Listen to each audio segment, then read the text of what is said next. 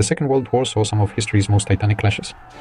Few, however, match the scale of the Battle of Kursk, which took place between July and August of 1943 on the Eastern Front. This clash of titans is remembered not only as the largest tank battle in history, but also as a turning point that sealed Nazi Germany's fate in the East.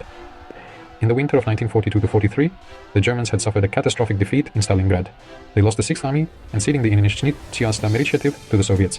However, the Wehrmacht had one last ace up its sleeve, a large-scale counterattack to regain the upper hand on the Eastern Front. The objective of the German offensive, named Operation Citadel, was to eliminate the Kursk salient, a bulge in the Soviet front line that threatened their positions. Hitler and his high command believed that with the massive use of the new Panther and Tiger tanks, they could change the war. They believed they could break through the Soviet defenses, encircle their armies, and regain strategic initiative. But the Soviet Union was ready, thanks to intelligence reports and the work of spies like Richard Sorge, Stalin, and his generals, knew a massive attack on Kursk was imminent. Instead of being caught off guard, the Soviets transformed the salient into an impenetrable fortress. They fortified it with 8 fortified defensive lines with trenches, mines, and anti-tank obstacles. More than 1 million mines were strategically placed to slow down the German advance. Tank reserves were ready to launch counterattacks once the enemy was exhausted. The Soviets had turned Kursk into a death trap. The German offensive began on July 5th, 1943, with a massive attack from the north and south of the salient. In the first days, the Germans made limited advances. The German progress was slowed by Soviet resistance and the mines.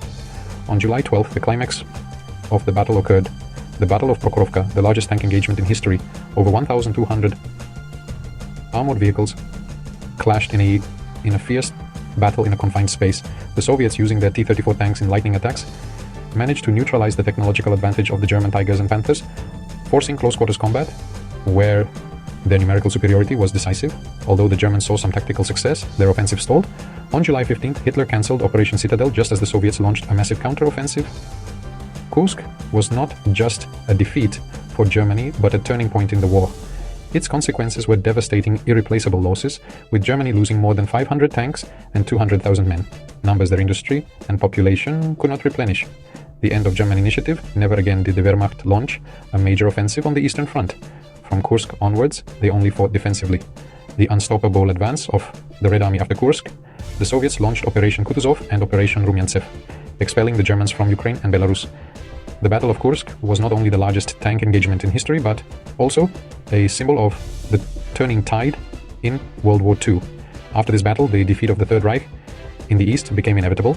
Germany went from being the hunter to the hunted, while the Soviet Union, strengthened and on the offensive, advanced relentlessly towards Berlin. Even in 2025, Kursk remains a focal point of historical memory and military research. The region is a significant site of commemoration, with museums, monuments, and even war is still happening there.